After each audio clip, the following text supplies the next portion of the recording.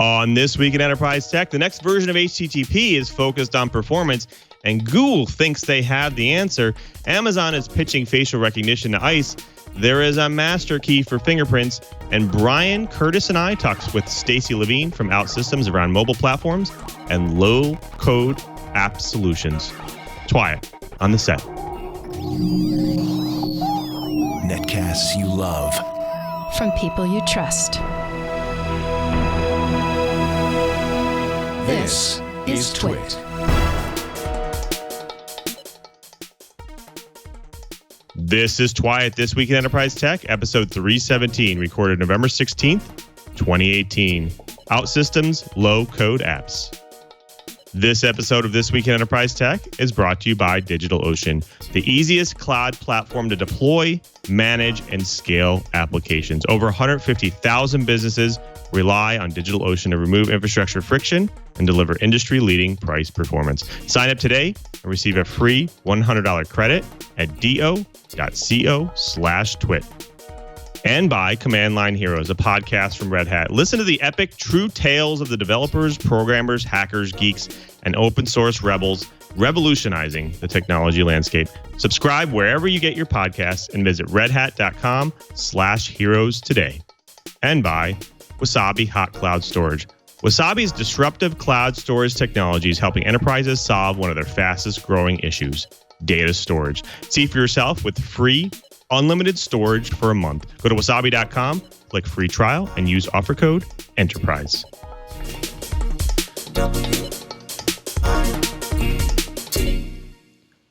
Welcome to Twiat, This Week in Enterprise Tech, the show that is dedicated to you, the enterprise professional, the IT pro, and that geek who just wants to know how this world is connected. I'm your host, Louis Moreski, your guide to the big worlds of the enterprise, but I definitely can't guide you by myself. I need some help from the experts in the enterprise community, starting with our very own Mr. Brian G., Director at Advanced Network Computing Laboratory in Honolulu, and the geek in paradise. Chibert, you've been busy lately. What have you been up to? These are some new 3D printed doodads. These are designed to hold samples in a brand new electron microscope that the university just bought. Well, just got it running. And it was 3D printed on Formlabs, and this is the new tough resin, well, newer. Oh, cool. So that it's more durable than the standard resin and so forth. So it's going to be interesting. Been doing a lot of 3D printing lately. All the toys. You always have all the toys. Well, folks, we have not one but two experts in the field of enterprise, and we love how we're having our favorite journalist from the swamp here, Mr. Curtis Franklin, Senior Editor at Dark Reading. Curtis, you're Mr. Running Man lately. Congrats on all the successful races. Oh, I appreciate it. Ran a couple of races over at Disney World, and then last weekend I supported my dear wife as she exhibited at Orlando Maker Faire, which was an incredible event. Everything from battle bots to her kind of fiber art to people doing, well, amazing things with Tesla coils. It is astounding to see just how much creativity is out there among the making classes. Yeah, fantastic. Well, you definitely inspire me. I need to get off my patoot and get moving a little bit. But on that note, folks, we do have a pretty inspiring show for you today as well. The next version of HTTP is focused on performance, and it's completely changing its protocol. And today we talk about how organizations might need an app for that, and they need a simple low-code way to get value out of it. And our guest from Outsystems has some solutions for you. But this week has been quite filled with enterprise tech goodness. So let's get started and jump into the blips.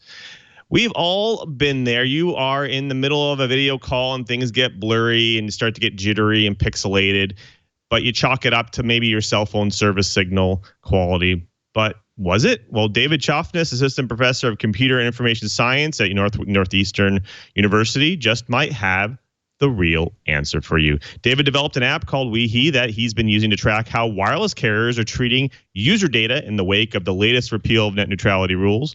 Chofness and his team analyzed more than 719,000 tests conducted by 100,000 users across 135 countries and discovered that wireless carriers routinely throttle streaming video applications. Now, in the latest findings, David found that Sprint and its prepaid wireless subsidiary Boost Mobile are artificially restricting Skype performance over the company's networks. Now, this throttling occurred in 34% of a 1968 full test run between January 18th and October 15th of this year. Now, you're probably thinking, it was probably due to signal issues or network congestion. But Chofness has a different conclusion based off of his data. He did not find that throttling was limited to certain times of the day or geographic locations. He did find that throttling used a fixed bandwidth limit range shared by many users across the country, indicating that the amount of bandwidth given during throttling did not respond dynamically to congestion. Now, based on his information, it seems that Sprint's throttling does not appear to be a direct response to handling heavy network traffic. Now, Sprint responded denying this throttling, of course, of the video service, but historically they haven't been the most trustworthy since they've been previously under fire for throttling games and music services unless users paid more. Now, how can consumers defend themselves from being throttled? Well, the FCC says it still expects ISPs to be transparent with consumers about the kind of connections they're buying. But unfortunately, those requirements are entirely voluntary and can now be ignored by ISPs without repercussions. Now, if you needed another reason to start asking your government reps to push for more net neutrality rules, let an unclear Skype call flip your bit. Hey, remember Blackberry?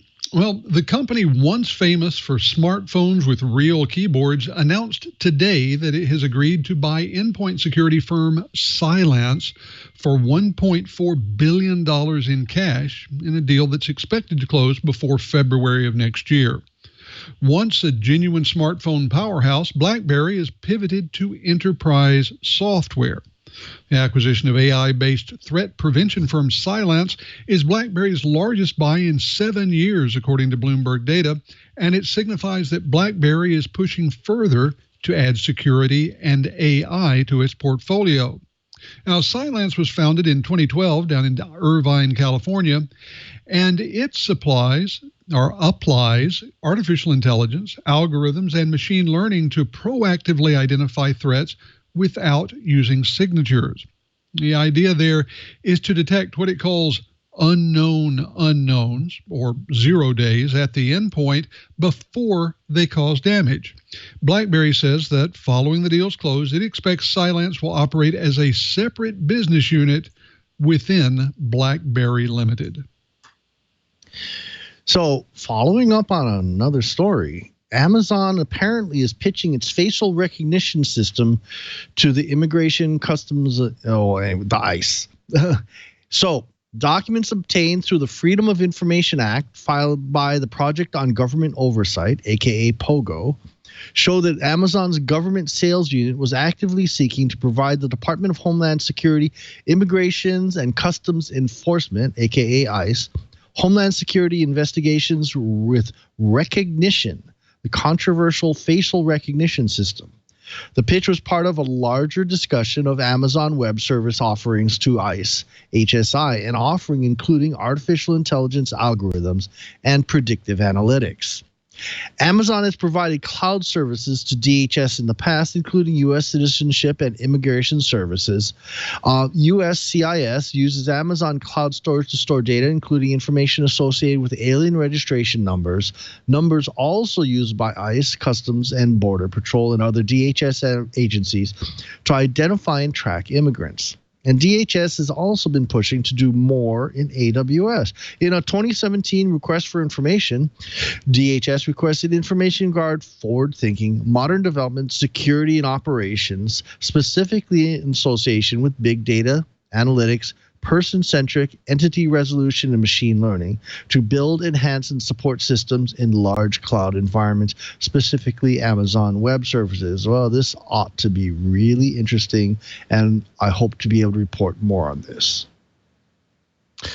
Like many contact providers, most service level contracts have stipulations in them that providers may change their monthly fees at any point in the term of the contract. Now, I remember dealing with this back when I had DirecTV years ago, which made me cancel and never look back at that service. Now, fast forward 7 years, and I see fees slowly creeping up on my Comcast bill as well. Well, it seems I'm not alone because Massachusetts residents are getting a refund due to the deceptions of Comcast and their contracts. Now, Comcast stuck too many Massachusetts customers with long, expensive contracts that left many in debt and others with damaged credit.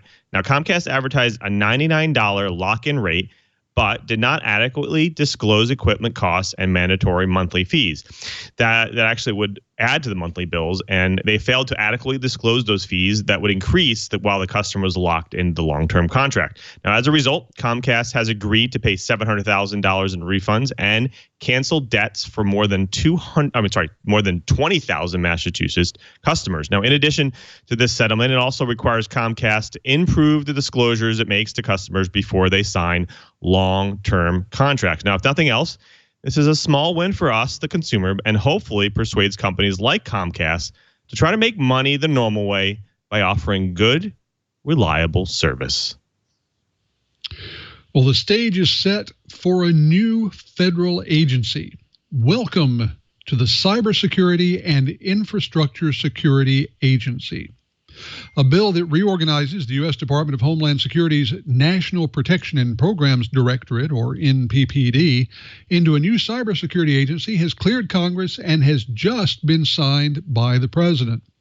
The Cybersecurity and Infrastructure Security Agency Act, which passed the Senate in October and the U.S. House this week, essentially redesignates NPPD as the Cybersecurity and Infrastructure Security Agency, or CISA. CISA will lead cybersecurity and critical infrastructure protection programs, develop associated policy, and coordinate with federal and private sector entities on security matters. CISA will also be responsible for fulfilling DHS's responsibilities with respect to anti-terrorism standards for chemical facilities. The new agency will have a cybersecurity division, an infrastructure security division, and an emergency communications division. Christopher Krebs, who's the current NPPD Undersecretary, will head up the new agency. The big question is whether reorganizing NPPD into a new agency is going to make much of a difference in the U.S.'s ability to address its cybersecurity concerns. A federal Bureau of Cybersecurity will focus on protecting Americans as consumers and employees, and also protecting the businesses that employ them. It will be responsible for investigating and attacking cybercriminal gangs and anticipating cyber threats, but not everyone is convinced that a new agency is the answer to existing issues. Alan Paller, founder and director of research of the SANS Institute, says, quote, "I'm concerned that putting a new face on the old NPPD won't raise performance levels to what the nation needs," end quote. So if you've been living under a rock, you might not have heard of Google Phi. But, there's some really interesting new news, especially for people that want more security in their browsing. So last Tuesday, Google announced a new feature for its Project Phi cellular service, an always-on VPN. Project Phi's VPN previously was used to encrypt traffic while connecting to the network of free public Wi-Fi hotspots. But now Google will enable the VPN for all your traffic, be it over the LTE service or a Wi-Fi connection. For now, the always-on VPN will need to be turned on in the Project Phi settings, where the feature is called Enhanced Network, and it is labeled a beta feature. When you enable our enhanced network, all your mobile and Wi-Fi traffic will be encrypted and securely sent through our virtual private network on every network you connect to, so you'll have the peace of mind of knowing that others can't see your online activity, according to Google's blog post. They go on to say that includes Google. Our VPN is designed so that your traffic isn't tied to your Google account or phone number. Project Phi launched in 2015 as Google's MVNO, aka Mobile Virtual Network Operator Service. Phi combines services from Sprint, T-Mobile, and US Cellular into a single service. It combines the best features of Google Voice with great international support and sells to customers under a flexible plan. It's a cool service, but for now, it is only tied to Android and only to certain phones. I actually just looked it up this morning, and if you're running iOS, if you're running an iPhone, hard luck. Hopefully, Google will say, okay, we're going to open it up to more people, but I keep hoping. Now, biometric security just feels more secure than passwords, doesn't it? Well, have you ever thought about how systems handle impurities in the images of your face or fingers? Well, these systems have to anticipate and account for impurities in their sampling and provide a bit of wiggle room for it. Now, what if you had bad skin day or a pimple on your face? You don't want your face scan failing because of it, right? Well, you also don't want your fingerprint rejected because you touch the sensor at a slightly different angle than each time. Well, a new attack takes advantage of the flexibility programmed into these systems, generating a fake universal fingerprint. Now, dubbed Deep Master Prints, researchers have been able to create synthetic fingerprints by feeding a neural network images of real fingerprints until it could generate its own. Now, these prints were then analyzed using the same sort of verification algorithms employed by the scanners on our phones and modified over and over in subtle ways until they passed, even though they didn't actually match. Now, by repeating this with the large data set, the team was able to come up with fingerprint images that have enough elements in common with the average person's prints that scanners can readily be tricked into giving false positives. Now, here's the interesting part. A very tolerant scanner might be let through maybe 1% of false positives when using real fingerprints, but deep master prints are able to fool that kind of scanner a shocking 77% of the time. Well, this just makes you start to think if convenience of using biometrics is worth giving up your security. Well, folks, that does it for the blips. Next up, the bites. But first, we have to thank a really great sponsor of this week of Enterprise Tech, and that is DigitalOcean. Now, I can tell you as a developer, the ability to experiment with your apps is sometimes difficult. It's hard. It's really hard to kind of get a truly hosted environment. And it's really hard to deploy those services frequently and easily. Well, DigitalOcean removes that impedance of the cloud deployments and hosting. They make it easier than ever to deploy your applications and code and store things on the cloud without all the steps in between. I love the names that DigitalOcean gives things. They actually start with the idea of droplets, which are actually super scalable virtual machines that actually have add-on security, storage, and monitoring capabilities with just one click of a button. They also have a really great one-click deployment model that makes it easy to bootstrap your projects. You want a specific distribution of Linux? Well, just one-click deploy Ubuntu, CentOS, Debian, Fedora, and more. How about one-click deploy an application or an application stack? Well, add Docker, LAMP, MongoDB, Node.js, MySQL with just one click of a button. And not only that, it's easy to deploy. It's easy to manage as well. VM snapshots are super simple to take advantage. For me, that gives me kind of peace of mind that last known good state is always one click away. Plus, team management and unified collaboration helps your teams manage and scale your infrastructure and apps as well. Now, you need more security for your infrastructure? Well, they have one-click cloud firewalls for your droplets and droplet groups. Now, get this. The firewalls are free. Don't let that free tag fool you because these firewalls are not just for some low-tier systems or testing environments. These things are for production ready, and they actually scale to your business in production. Now, DigitalOcean follows that great model of pay-for-play pricing. It's clear, concise, and it really helps you understand how your bill will scale with the demands of your business. Now, you want more storage? Go ahead and add more block storage to meet the needs of your application. Just $0.1 per gigabyte per month. You have to worry less about adding a piece of mind to your application, your back end. Just quickly add storage. Now, is your site starting to become popular and you need to scale it? Well, load balancers are also highly available, fully managed services that works right out of the box and can be deployed as fast as a droplet. Now, if you're like me, you love to write scripts and manage things. Now, DigitalOcean has you covered here. I'm an API guy, and I can tell you they really have some pretty great APIs that just use standard HTTP requests. Now, there are tons of reasons why you should consider DigitalOcean, but they also give you some of those extra stuff that they don't charge you for, like cloud firewalls, monitoring and alerting, full DNS management, global data centers, those enterprise-ready SSDs, and of course that API. And if you ask me, DigitalOcean has you covered. There's no reason why you shouldn't go out and try DigitalOcean right now, especially to support us here on Twyit. You can go to do.co/twit. Now, even though you're thinking about doing a project in the future, go out and get it right now, because there's over 150,000 businesses, including some of the fastest growing startups, rely on DigitalOcean to remove infrastructure friction and deliver that leading price performance. Sign up today and receive a free $100 credit at do.co/twit. That is do.co/twit for a free $100 credit. And we thank DigitalOcean for their support of This Week in Enterprise Tech. Well, folks, let's go ahead and jump into the blips. This one is an interesting one because the industry is always looking for ways to squeeze more performance out of existing protocols that are widely used without compromising security. Well, you probably heard of HTTP. Well, there's this, of course, this new thing called HTTP 2, which is actually a rework of HTTP semantics flowing over TCP connections. The difference between the original version of HTTP was that it uses persistent connections to service multiple requests in a row, and it basically reduces the need for requests to wait on new connections. Now, the difference between 1.1 and 2.0 is that it's HTTP 2 is actually binary related, and it's fully multiplexed instead of ordered and blocking, and it can use TCP/IP connections for parallelism, and it uses header compression.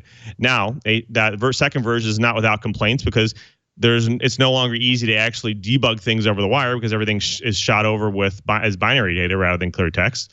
But with that revision, you still get issues with floating apex records, hacking IPv4, 6 race conditions, and unnecessary address wastage. Now, where did HTTP 2 come from? Well, it came from Google because I don't know if you remember hearing Google ID or the name Speedy, SPDY technology. Well, that's the basis of HTTP 2. Well, Google has added again with their HTTP over QUIC, QUIC, which actually stands for Quick UDP Internet Connections. And this is literally a switch of protocols from TCP to UDP. Now, this new technology combines HTTP 2, TCP, UDP, and TLS on the UDP protocol using TCP semantics. And that's actually important because if you don't use TCP semantics, then existing systems won't be able to identify it. Now, it's encrypted by default. It uses properties of TCP connections like reliability and feedback loops for those successful connections without all the round trips and latency. Now, how do you do that? Well, they basically reuse the fact that there's connections to the server already, especially secured ones, and so they just reuse them. They don't actually try to renegotiate. Now, QUIC provides multiplexing and flow control equivalent to the HTTP 2. Because it's implemented on TCP, it is kind of usable out of the box to systems that already understand that protocol. And the biggest difference here is that QUIC is built on top of UDP, now, which means it doesn't suffer from some of the limitations of TCP.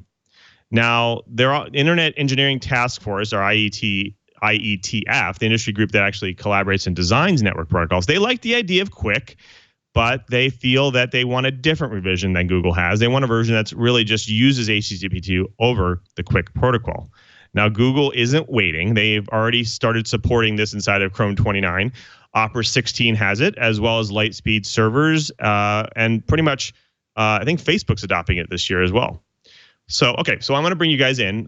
Schubert, I want to start with you. It makes sense that Google kind of wants to increase the speed of the web. But instituting some new protocols doesn't seem always to be the fix for these things because they're just kind of fixing the speed issues, right? They're not really wanting to fix anything else. Is this where we want the industry to go? Is just kind of, hey, let's just go keep getting faster rather than doing other things here? Well, I'm going to ask Kevin to go and bring up that diagram from the first talking point. So this diagram actually has what the TCP basic handshake looks like.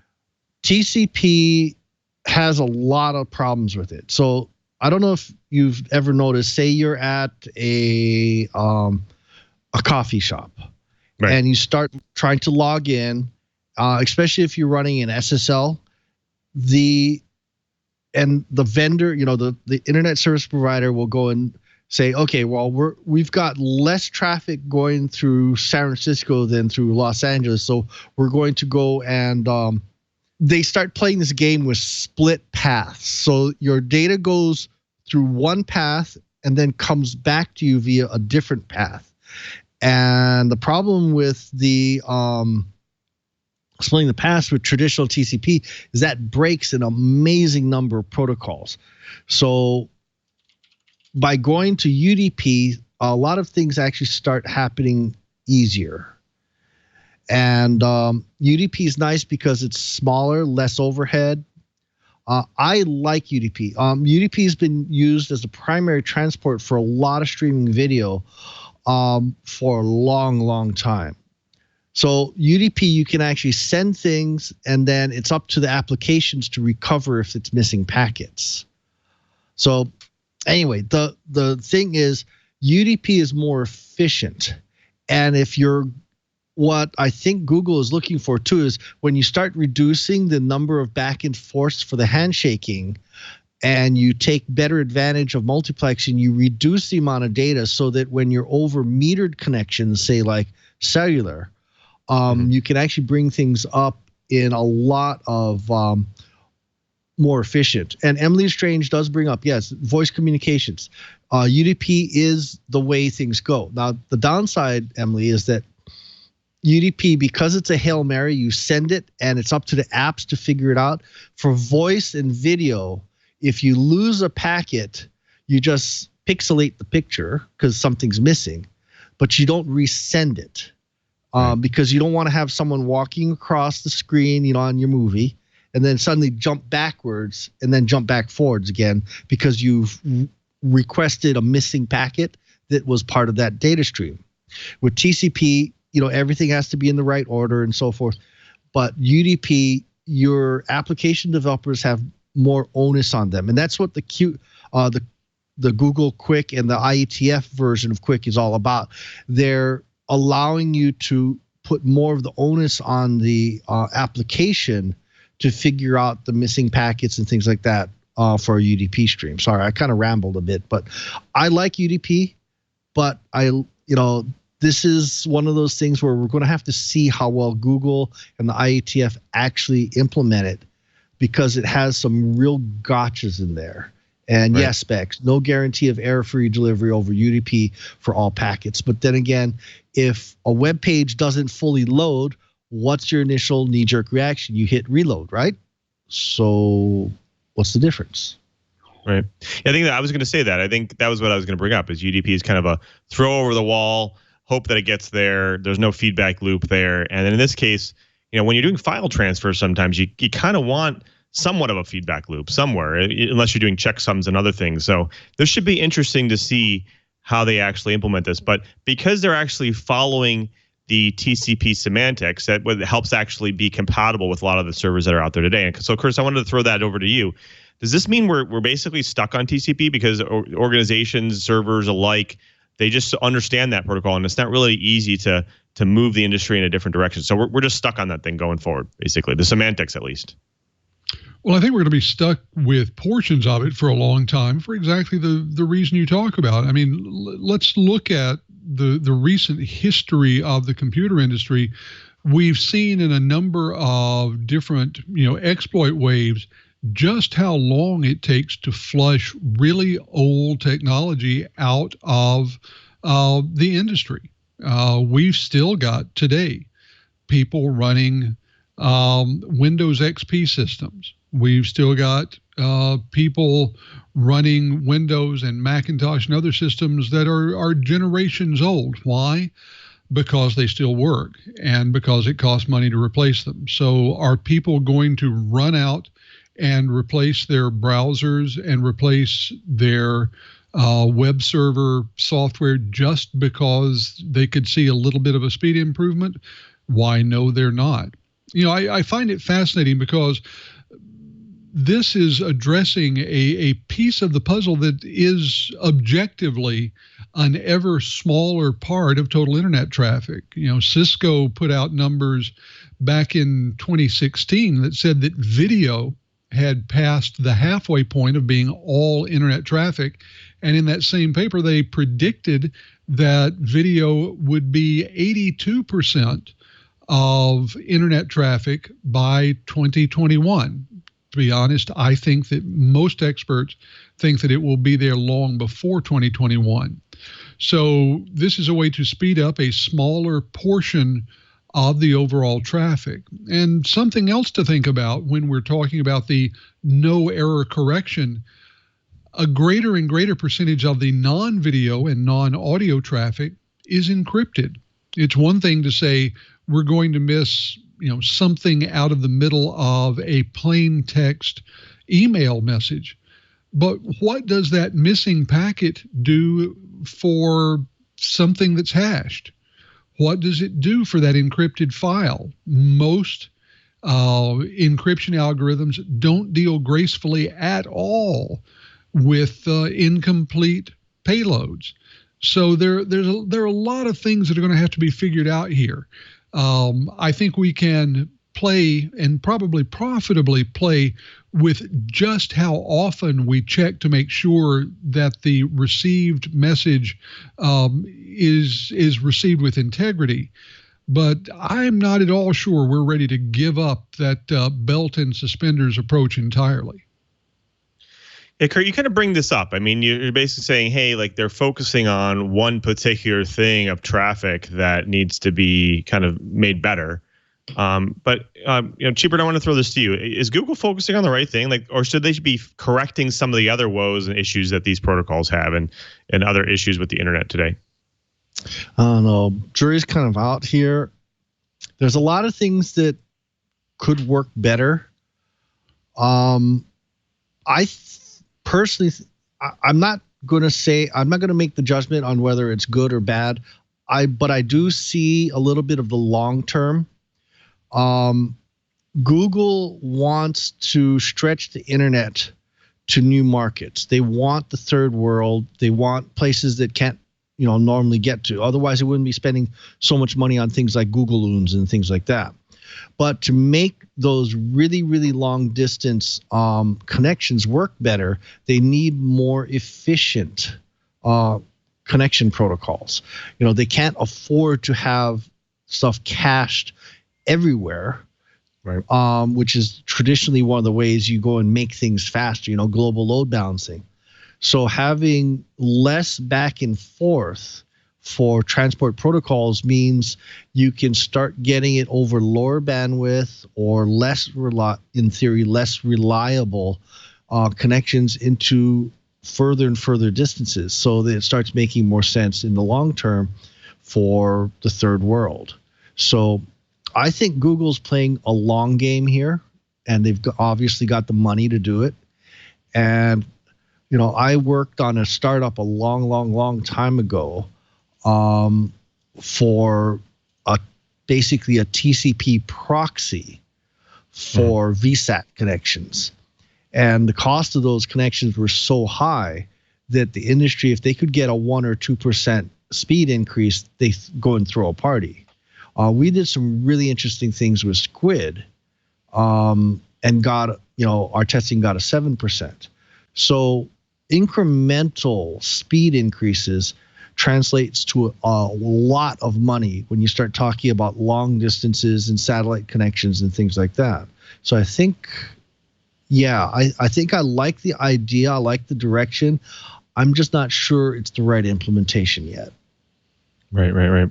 Yeah, I think that's a great point. I think that we're moving to the new Wi-Fi standards, new mobile standards here, and the fact that their main focus has been on battery power and distance and speed and being able to fit more data in the pipe.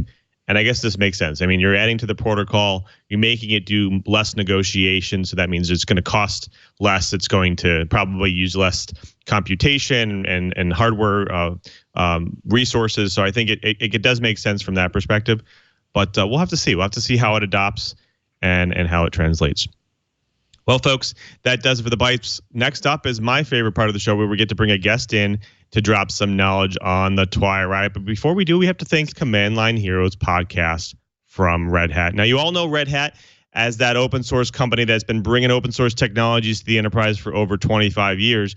But Command Line Heroes layers on top of that with an original podcast that brings a set of developers, programmers, hackers, geeks, and open source rebels who are revolutionizing the technology landscape together in one show. Now, it's hosted by Saran Itbarak, whom I love. She's great. She's a developer who founded Code Newbie and lives and breathes open source.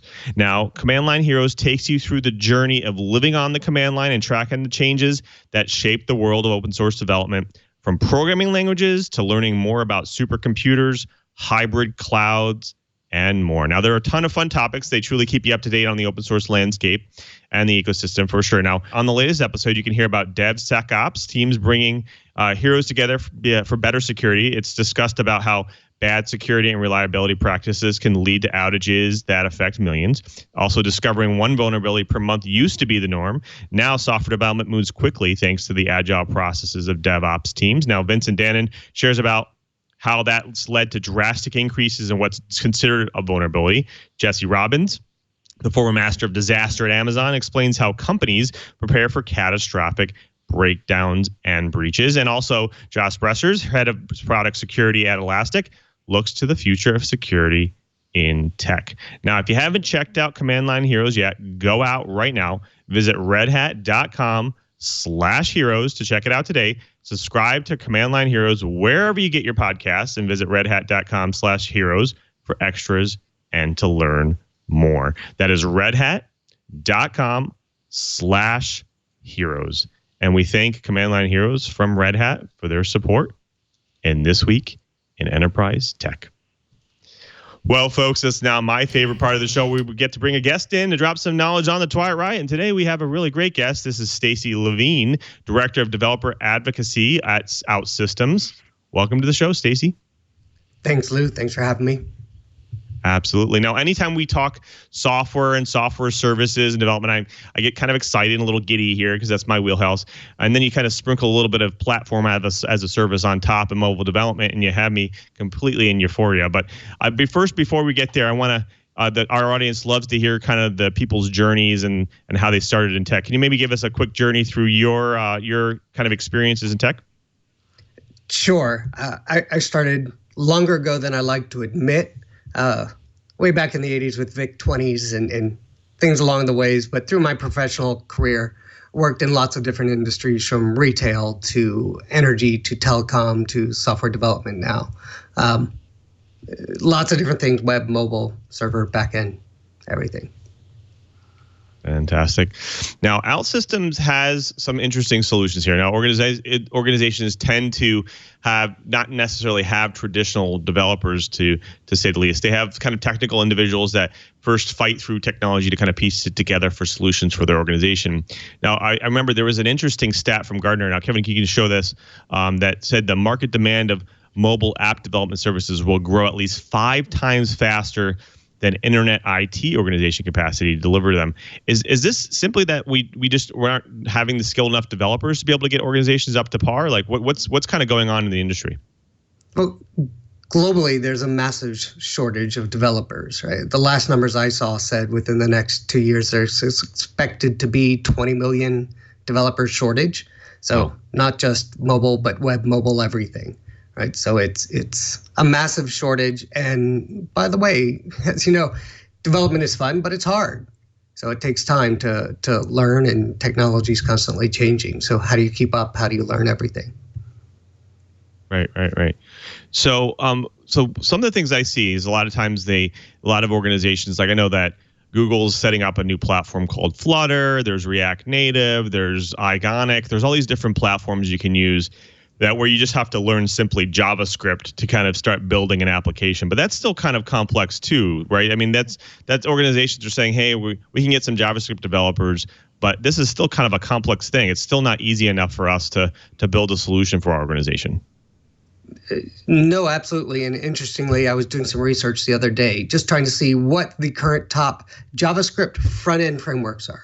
So a very specific niche. And depending on which article and which place you believe, it's one of 20 possible choices are the current top ones with different learning paths along the way. So learning one or the other, it's really, really interesting and a challenge to keep up with. Right. Now, this is an interesting area for me because I actually come from the Power Apps group. So I can tell you that it's definitely an interesting place to be because organizations are always learning and needing a way to kind of bootstrap their development processes. Now, what kinds of things that is Outsystems trying to do here? Like what areas are they trying to target? What kind of solutions are they trying to provide? Sure. So just taking a step back, Outsystems is a general enterprise development platform for creating web and mobile applications. business to business, business to employee, business to consumer. Those are the types of applications and that we're trying to address. And it's all about speed of delivery and enabling your developers to solve problems faster. Right. Now, let's before we get into it, I think you might have a video here that kind of shows some of the features. So if you want to take a look at that, we could always start that up as well. But I'm interested to see kind of how organizations kind of set that up and how they get themselves started with it. Sure. And the video that we're going to see is, candidly, it's starting and it's creating a simple application. So it's not meant to show, this is just a video, kind of a product video showing some of the screenshots. Those are screens that have been created. This is a deployment screen because Outsystems is actually not just development. It covers the entire application lifecycle. Oh, cool. And this is a sample mobile application that was created, and now you're looking at some development screens. So it's a visual approach to development, which, yes, those who have been around the block certainly are saying, hey, yeah, I've heard this before. It doesn't work, but it does. It's different. So maybe we could go through the technology, because this is really interesting. What they're actually showing there is now you can actually import your data here and then kind of map it out through the system. Like it looks like almost like you're building almost like ladder logic there. What kind now? How do you, like, if you were to say I have a data set and I need to build an application for that data, so like a field service app or something, where do you start? Like, what do you have to do first? So again, from my perspective, and I like to start with the data. And I think there was another video that actually showed creating an application from the start. Okay. But normally I create the data model, whether I'm integrating with an existing database. So maybe I've got a SQL Server, Oracle, MySQL, et cetera, right? So I could have an external one, or I'm just going to start. And within the development IDE, we've got a place where you can do your traditional relational database modeling and then start creating your application from there. So for me, when I made the move to Outsystems, I didn't change my mindset on how I created applications. Right. I create them in the same manner. I always think, okay, how am I going to start? Start with the data modeling and go from there. That's cool. Now, is there a template-like experience? Because I know like a lot of these systems, they tend to say, hey, we know different organizations have a set of types of applications they want to build, and so we'll start them out with bootstrapping them through a template and then getting them hooked up to data that way. So do you guys actually start with templates as well? So that is a great question. We've actually approached that a couple of different ways. So one, it's a developer tool, so I could start from scratch and go from there. But there's also productivity pieces inside of it. So I can start with whether I'm starting with some scaffolding patterns, which will take database tables and let you create typical show and list screens, all the way to some more advanced screen templates is what we call them. And they're really nice looking UI laid out, working screens already bound to sample data that you can quickly, easily replace so you can go forward. So we don't have full starting, hey, I need an application X, click a button and you've got application X. Everybody's different, but we've got things that accelerate your journey along the way. And we've got a really awesome UI library because UI UX is often a challenge. And if you don't have the right design of an application, then users won't use it. Right. Now, once you kind of get that, if you do start a template or you start from scratch, now as you build out the application, you start with a data model, or you might already have a data model. Does it let you map in like additional data models? Like, can you actually add to, let's say, you have a set of entities that you want to map in your application. Can you add to that as well and maybe create relations and so on and so forth? Oh, absolutely. So the platform sits on top of a database. That database can store whatever entities you want. You can create and extend. You can tie to existing external databases. You can also call SOAP and REST. You can integrate with just about anything. That's one of the really powerful pieces of the platform. And probably one of the most common use cases is a portal or single pane of glass, bringing together data from lots of different places. Right. I know as a developer, I also regularly got the request from the business to say, hey, I need to see a screen that shows X, Y, and Z. And they don't realize that that's coming from 4 different data sources, and how am I going to do all that? Right. Yeah, I've been there, done that. So another question. So you kind of brought it up a little bit here is, obviously some CTO or somebody's going to say, hey, I need this to be in the application. So you as an IT person, you might know, I know where that data is. I can go get it. And this system makes it easy for me to map it. But what about the visuals? Like, is there a way to do, like, how do you build the visuals? Is there like a designer, or like, what do you go through the process to actually visualize that data? Sure. So there's in the development environment, there's 4 main screens, right? One of the screens is data. One is logic. So this is where you would do think modules, methods, functions. And another screen is UI. So that's a WYSIWYG. Maybe that's a bad word to use, but it's a visual designer with all the standard elements. Or you can adjust CSS, you can inject JavaScript, but there's a large library of existing visual components. We actually did a bunch of research, something like 2,000 applications, and distilled about 100-ish patterns. And those are reusable UI elements that are common across lots of applications out there that are now drag and drop UI elements to allow you to quickly visualize those screens, or include charting, or extend the platform to do the visualization that you need. Right. Now, what about some of the other features that like a lot of these mobile apps come with, like for instance, notification support and so on? Now, you said you could write your own code, but does this kind of also provide a way for you to kind of drag and drop those capabilities into the app?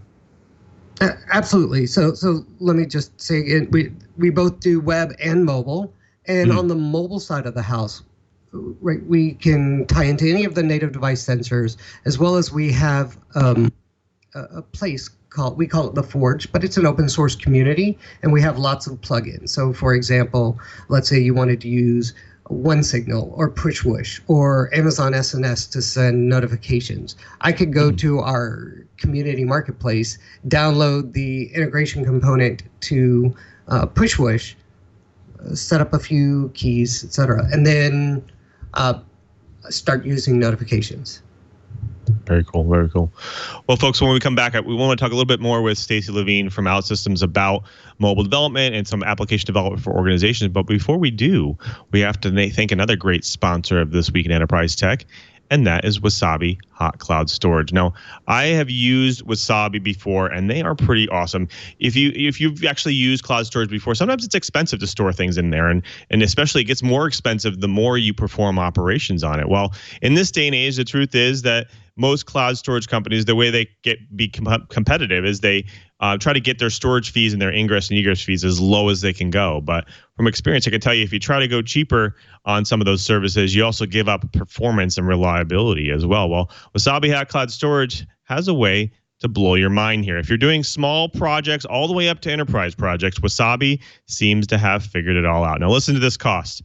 0.49 cents per gigabyte per month, or $4.99 per terabyte per month. Plus, listen to this game changer: unlimited free egress for your data. So you don't actually pay for accessing using API calls to access your data. Now, you're probably thinking, well, if they're cheaper, they must be slower, or they don't have as many features and bells and whistles, right? Well, Wasabi has developed some disruptive technology. They found a way to pull raw performance out of their storage devices without actually compromising anything else. They have a revolutionary process that lays data on disks sequentially as opposed to in blocks. Now, if your organization's worried about compliance, Wasabi is also HIPAA, FINRA, and CJS compliant as well. Now, fast, cheap storage isn't worth much if your data isn't secure. Well, Wasabi has that answer. Wasabi offers a unique feature of what they call immutable buckets that cannot be deleted or altered, protecting your valuable data from accidental or malicious destruction. See if you can find that in any other service out there today. Now, if you're worried about data migration to the cloud services, well, Wasabi also has the answer to this as well with their Wasabi Ball Transfer Appliance. Now, this thing is powered by Netgear, and it's designed to transfer large data sets while dramatically reducing your costs. Now, you might already have cloud storage today, or your organization is trying to store data on-premise to save money, or it's partially in the cloud. But with Wasabi, you might have to rethink those approaches. Now, if you want to go try right now, go build something, move your data right now, experience Wasabi for yourself with free unlimited storage for a month. Go to wasabi.com, click the free trial link, and enter the code ENTERPRISE. See how much storing in the cloud can save your business. That's wasabi.com, and enter the code ENTERPRISE. And we thank Wasabi for their support in This Week in Enterprise Tech. We are talking with Stacey Levine from Outsystems about mobile development, organizations wanting to build applications for themselves, but not always having that talent in their organization, and how Outsystems is helping that. Like, I guess, Stacey, I want to go back to the quick question. We talked a little bit about, hey, like someone to add some new features to this thing, we can just kind of drag and drop them, whether they're mobile features or web features. What about security? What's offered here? Can I actually integrate it into my normal security flows? Let's say I have Active Directory or something like that. Is there a way to? Is it an easy way to get those integrated in? Sure, absolutely. So security is a very broad topic. For authentication, authorization, out of the box, you can connect to LDAP, Active Directory, right? ADFS, any SAML-based identity provider, whether you're looking at any of the major ones like Ping, Federate, Okta, et cetera. So yeah, it's really easy to integrate to just about anything. So what about, you talked about compatibility a little bit, but what about mobile platforms? You said, hey, we do web development, but we also do mobile platforms. Does it support like iOS, Android? And if so, is it also support like in-app, like in the store kind of app, so you can actually build an app and deploy it to the store?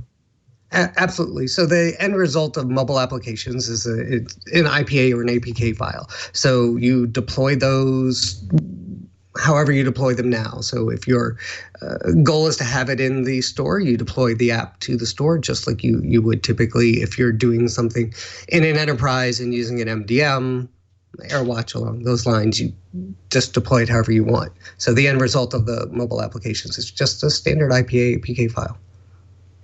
Fantastic. Well, I do want to bring my co-host back in. Brian, you're chopping at the bit here. You want to talk a little bit about trends? So, Stacey, I'm starting to see this. I'm seeing this trend that people are seem to be trying to move away from traditional development. They don't want to do, big, thick applications. I'm seeing a lot of companies not wanting to have a development team on board anymore. They want to outsource it or things like that.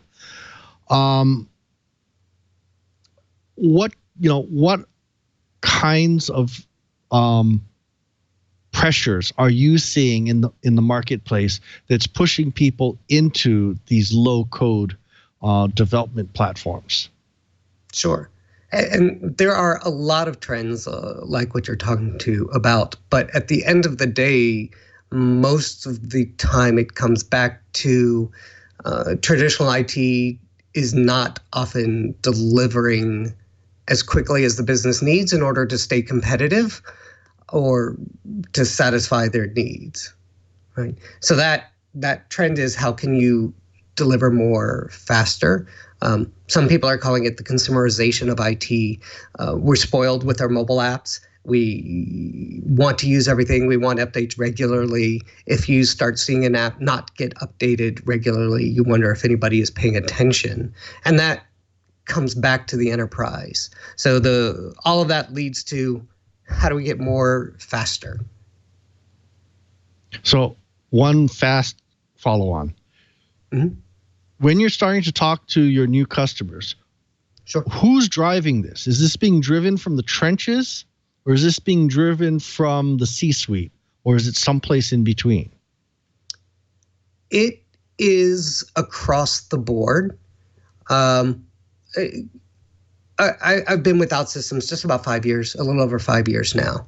And originally it was a lot of C-suite driven discussions, right? We have a massive backlog. How can we address the backlog? We've got 20 developers. We can't afford to hire another 80 to get what they're saying done.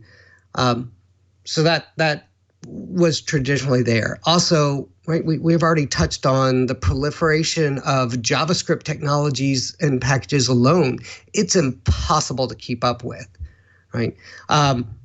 If I just spent all day, every day trying to stay on top of, just pick the top 5 front-end JavaScript technologies, I still wouldn't be able to get anything done. So the landscape is very complex.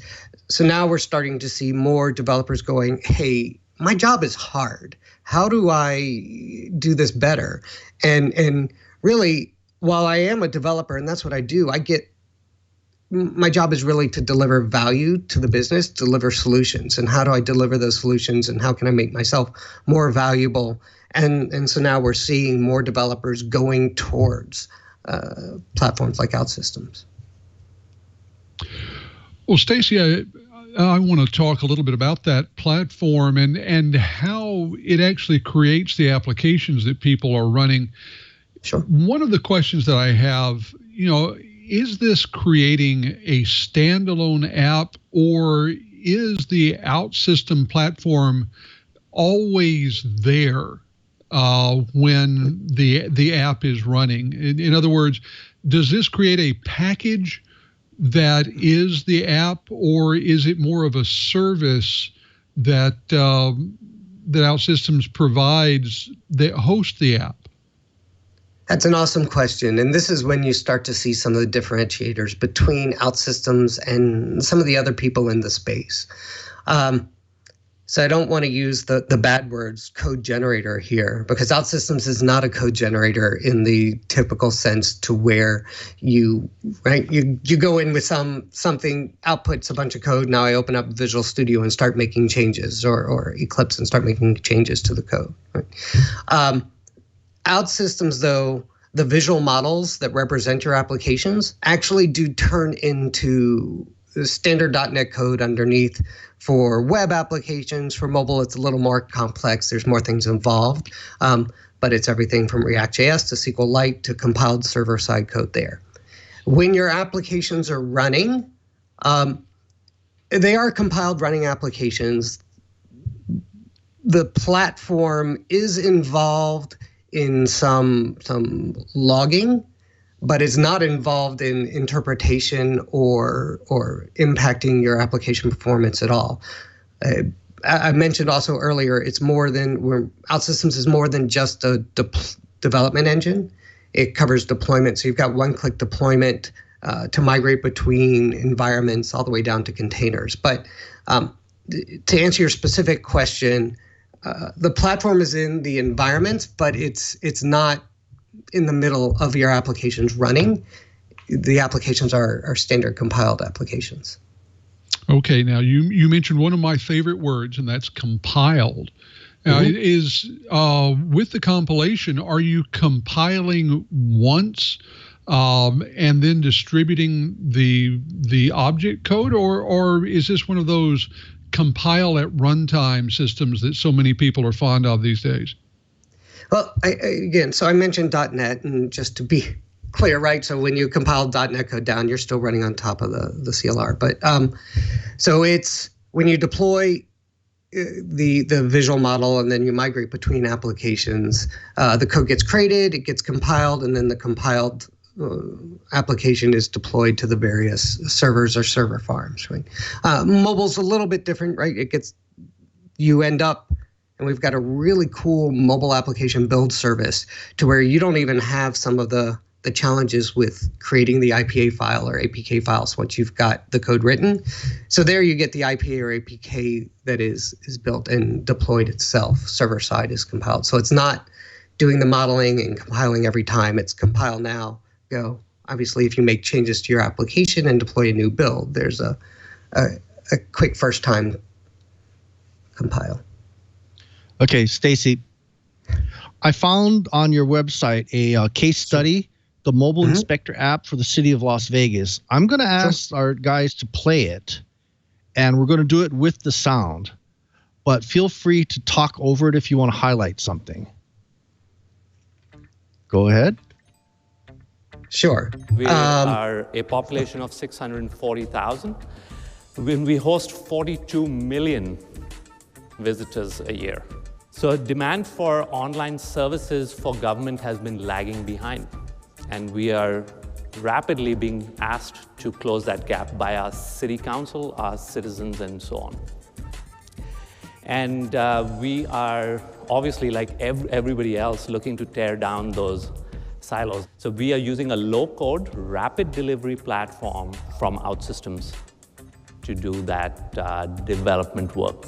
And this allows us to build feature-rich, cross-departmental applications that really work, that our users are really happy with. So if you build a mobile application, it can work offline. All you have to do is flag it as offline screen, and it'll cache all the data on the front end. So if the user goes offline, he can still keep working. Our inspectors go into the field, into developing areas of the city where oftentimes we don't have cell phone towers. So they have to literally go offline and come back online, and this application synchronizes seamlessly there.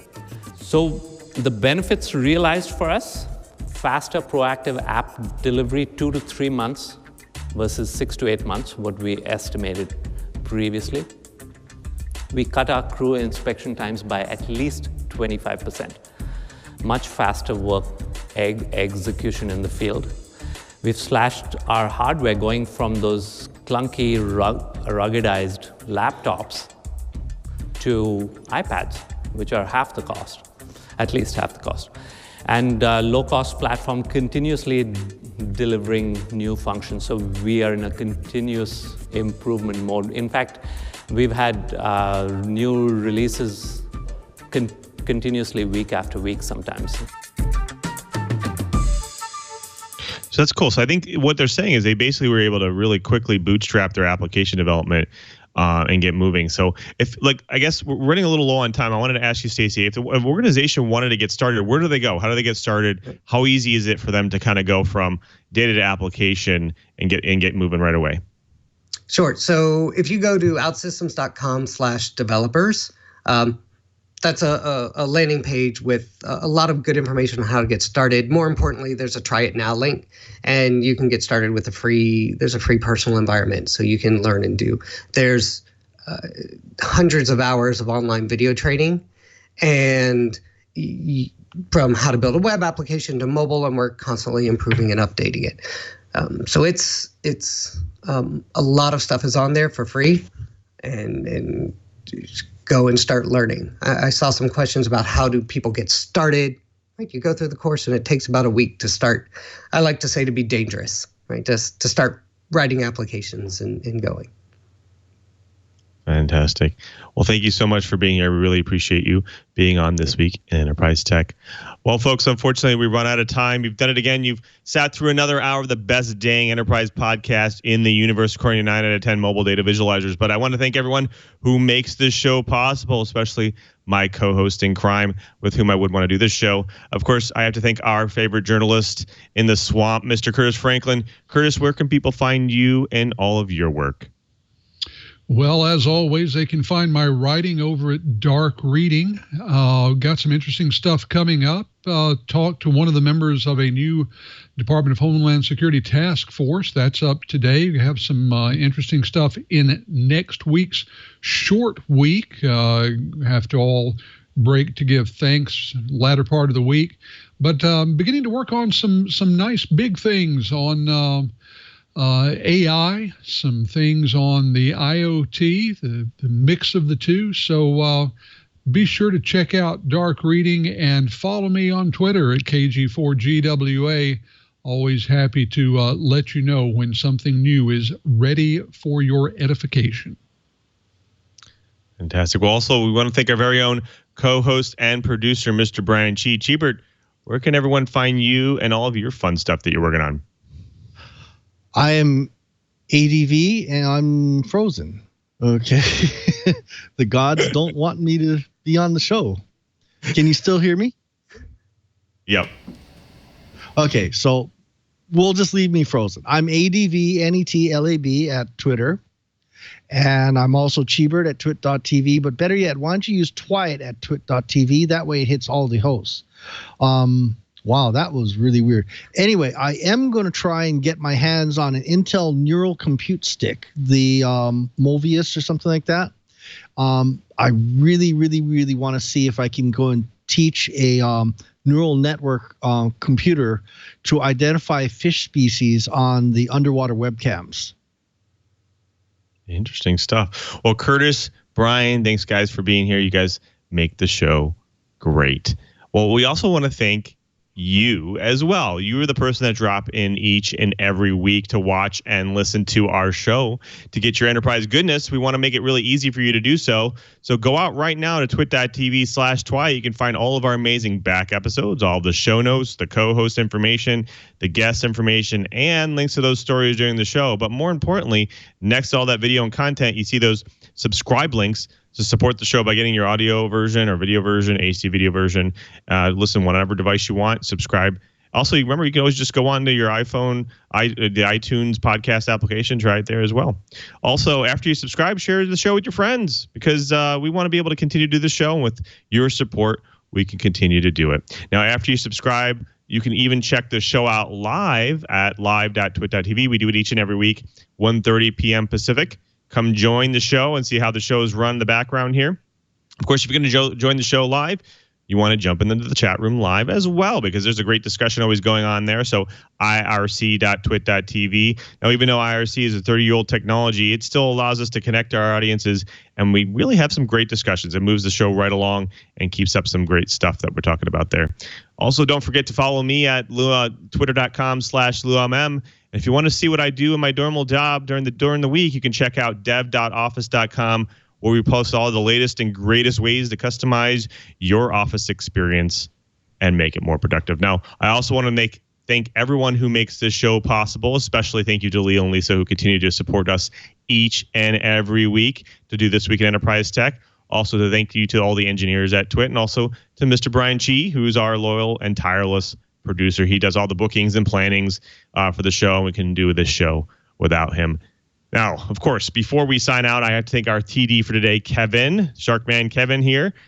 Tradition is, what was the main topic of the show today? Las Vegas, and how to inspect it, I think. So close. Maybe next time. That would be low-code app development. But maybe next time, Kevin. And until next time, I'm Louis Maresca, just reminding you, if you want to know what's going on in the enterprise, just keep quiet.